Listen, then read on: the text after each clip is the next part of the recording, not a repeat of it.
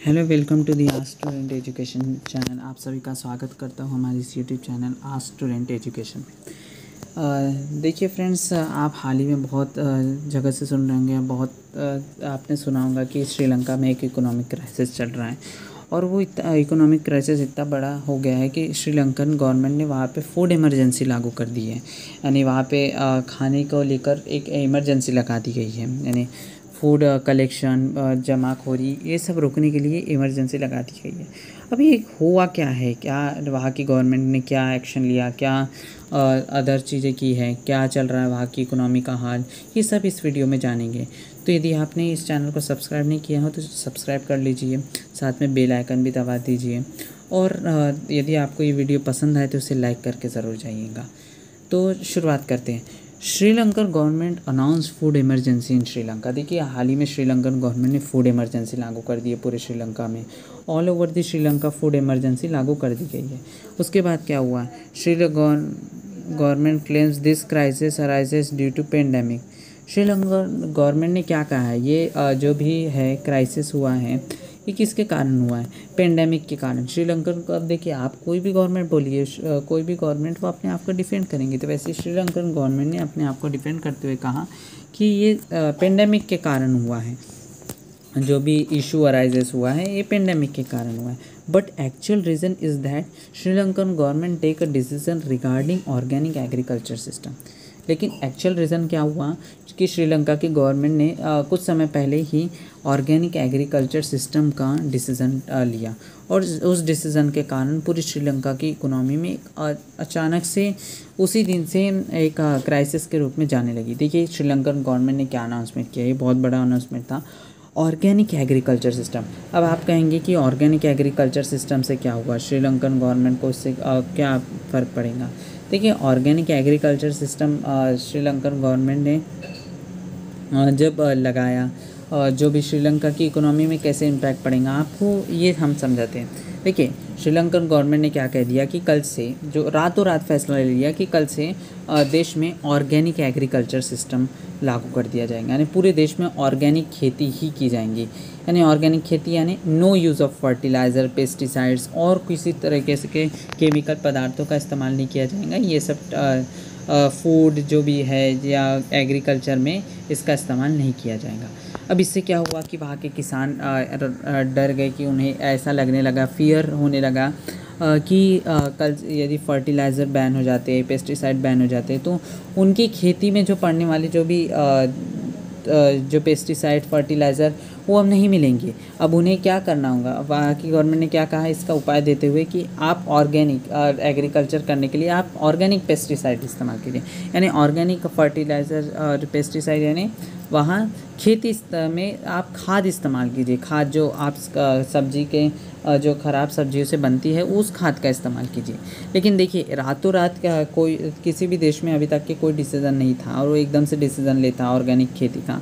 तो इस समय वहाँ के लोग खाद पहले से नहीं होंगी भी, लेकिन उतनी बड़ी प्रमाण में नहीं कि पूरे देश की खेती को वो कर सके, फुलफ़िल कर सके डिमांड, जो पूरे देश के किसानों की डिमांड फुलफ़िल कर सकते हैं, ऐसा नहीं है। तो जिसका परिणाम भुगतना पड़ा। देखिए, क्या हुआ वहाँ पे, फिर किसान डर गए और वो खेती करने में थोड़ी खेती में कमी आने लगी।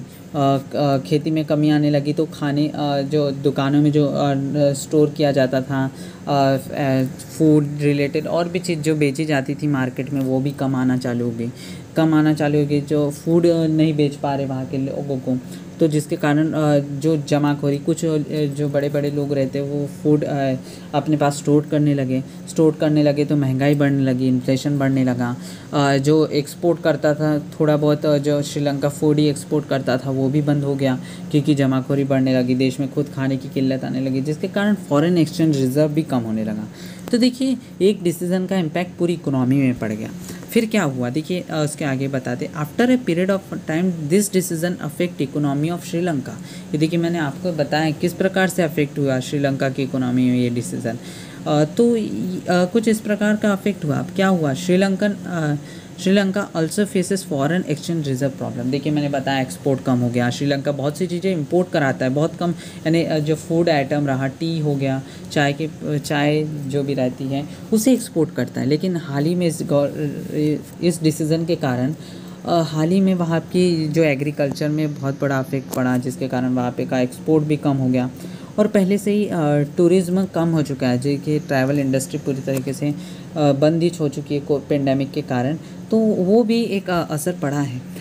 तो इसके कारण श्रीलंका में जो फॉरेन एक्सचेंज रिज़र्व आता था, बाहर की करेंसी आती थी, वो ख़त्म हो चुकी है और श्रीलंका के पास अभी फॉरेन एक्सचेंज रिज़र्व नहीं है कि वो इतना चीज़ें बाहर से इंपोर्ट कर सके। अब देखिए फॉरेन एक्सचेंज रिज़र्व हुआ, उसके बाद क्या हुआ है, देखिए क्या कैसे रिज़र्व कम हुआ, कितना हो गया, ये सब मैं बता देता हूँ। Before Rajapaksa's government foreign reserve was $7.5 billion.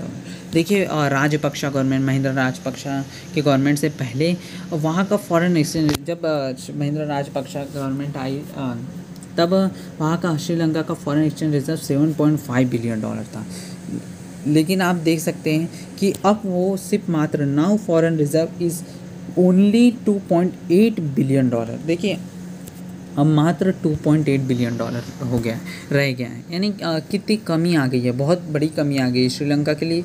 और ये इतनी बड़ी आबादी के लिए ये फुलफ़िल नहीं है इतना सा रिज़र्व, तो इसका फॉरेन एक्सचेंज रिज़र्व में भी कमी आ गई है। देखिए श्रीलंकन रुपी फॉल 7% अगेंस्ट US डॉलर। देखिए रिज़र्व में कमी आ रही है, जिसके कारण उनके मनी की भी वैल्यू लगातार गिर रही है। इकोनॉमिक क्राइसिस से, किसी भी देश के इकोनॉमिक क्राइसिस हुआ तो वहाँ की मनी की वैल्यू फास्टली गिरने लगती है। वैसे ही श्रीलंकन रुपीज़ की वैल्यू 7% गिर गई है against US dollar. The price of $1 is equal to 200 Sri Lankan rupees. देखिए आप देख सकते हैं $1 की कीमत इस समय 200 श्रीलंकन रुपीज़ चल रही है। 200 श्रीलंकन रुपीज़, आप ये देखिए श्रीलंकन रुपीज़ चल रही है 200। तो in Sri Lanka inflation rate also increases, price of sugar touch record high 200 rupees K G. देखिए आप जानते होंगे, देखिए यहाँ डॉलर महंगा हो रहा है, जिसके कारण अब वहाँ के फूड भी कमी हो रही है। देखिए श्रीलंका में कई प्रकार से फूड की भी कमी अब होने लगी है और जो फूड है वो स्टोर किया जा रहा है जितना भी है बड़े बड़े लोगों द्वारा, और वो मार्केट में उतना उपलब्ध नहीं है। देखिए उपलब्ध नहीं है, जिसके कारण वहाँ पे अब महंगाई भी बढ़ने लगी है। देखिए सप्लाई हो नहीं पा रहा है, जिसके कारण अब वहाँ पे शुगर, अब वहाँ की गवर्नमेंट अभी कुछ एक्शन ले रही है, जैसे कि बहुत से फूड स्टोर करना बैन लगा दिया है। आप जमाखोरी नहीं कर सकते, आप ज़्यादा हाई नहीं अनाज खरीद सकते, लिमिटेड खरीदिए, क्योंकि एक प्रकार का डर हो जाता है किसी भी इकोनॉमी में, ऐसा होता है किसी भी देश में, तो वहाँ के लोग बहुत तेज़ी से खरीदने लगते हैं।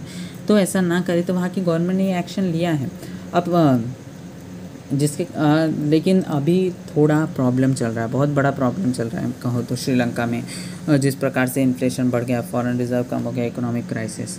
तो कुछ इस प्रकार का था श्रीलंका का इकोनॉमिक क्राइसिस। मैंने आपको सब विस्तार पूर्वक बता दिया है और आगे भी ऐसे वीडियो मिलते रहेंगे आपको।